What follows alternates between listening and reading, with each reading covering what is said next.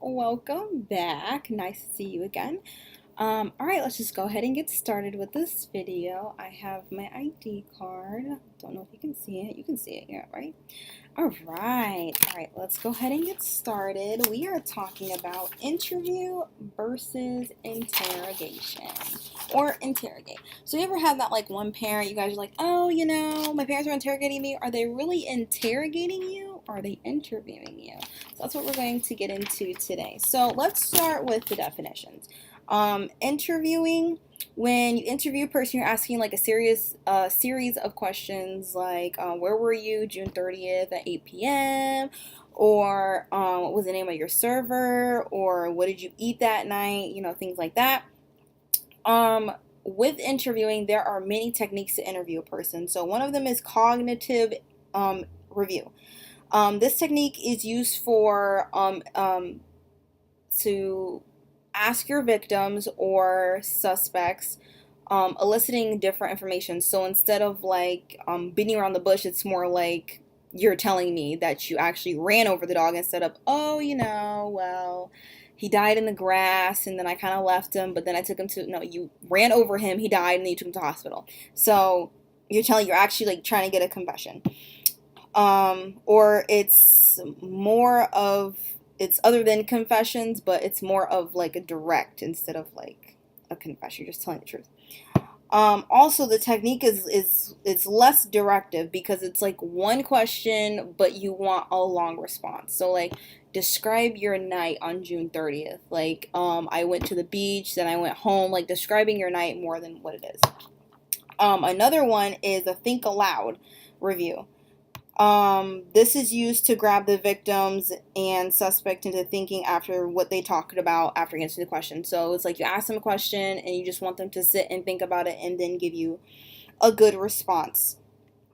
But however, it's really hard getting the response from them because it's really hard for them to lose track. So it's like, oh, talking about the victims is like, yeah, but I had to take my dog out, and it's like you're going off topic and then talking about your kids and everything like that.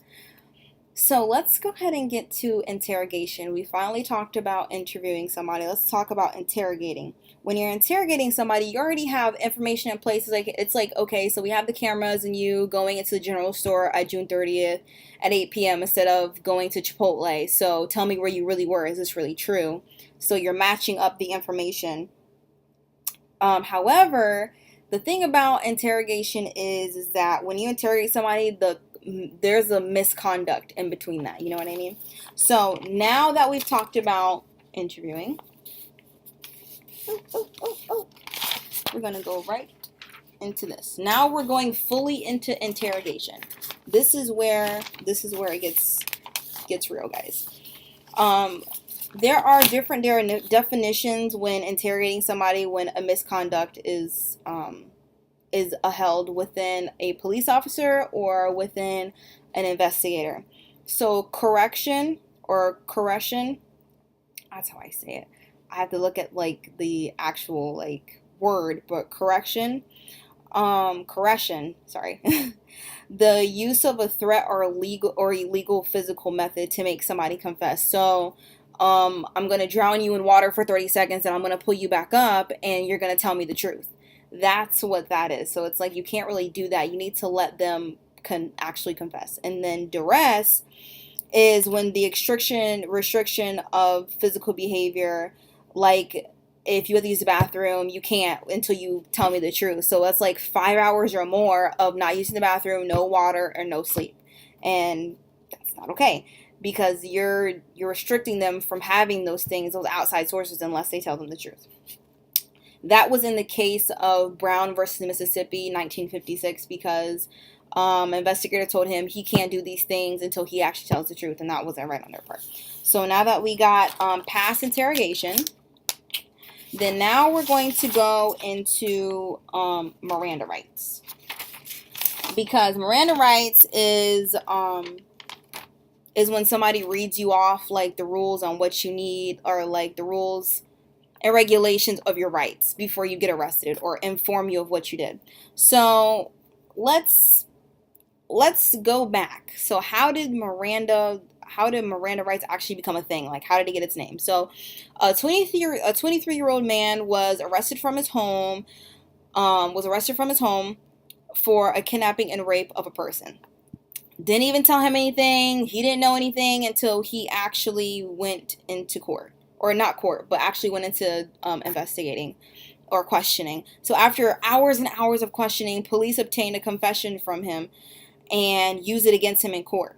So what are the problems here? So one, he didn't agree freely, but he agreed, but like he probably didn't know what it was going to be used for, or he wasn't really aware.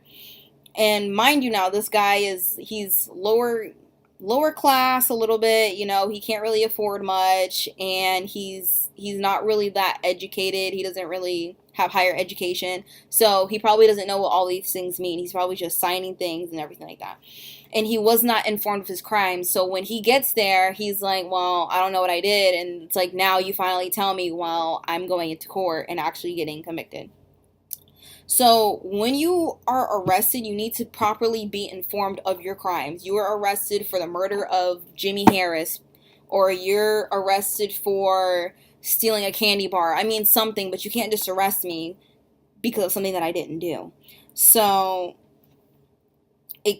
so what you need to do is have information. You need to be informed of your crime, and you need to properly have a waiver or form saying, okay, so I agree on telling the police this and this, or I agree on writing about this and this confession.